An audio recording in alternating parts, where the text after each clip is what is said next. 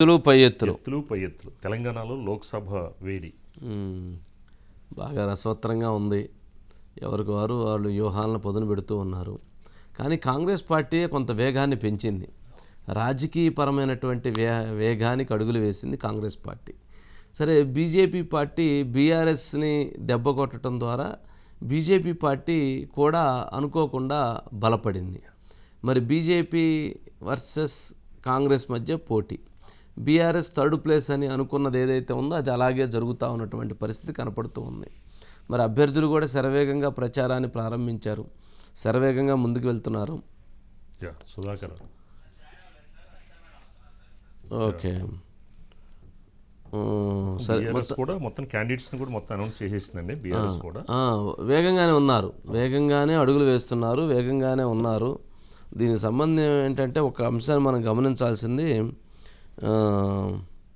రాజకీయంగా ఈ బీఆర్ఎస్ చుట్టూత ఏదైతే వివాదాలు చుట్టుముట్టాయో, కాళేశ్వరం వివాదం కావచ్చు, ఫోన్ ట్యాపింగ్ వివాదం కావచ్చు, లేక ధరణి వివాదం కావచ్చు, లిక్కర్ స్కామ్ వివాదం కావచ్చు, ఇవన్నీ చుట్టుముట్టంతో బీఆర్ఎస్ అసలు ఊపిరి పీల్చుకోలేకపోతుంది.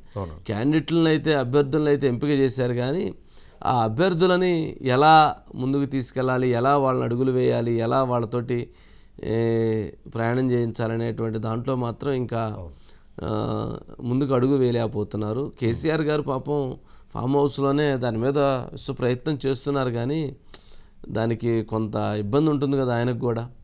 ఆయనకు ఉండేటువంటి ఇబ్బంది ఏంటంటే రాజకీయపరమైనటువంటి ఇబ్బంది.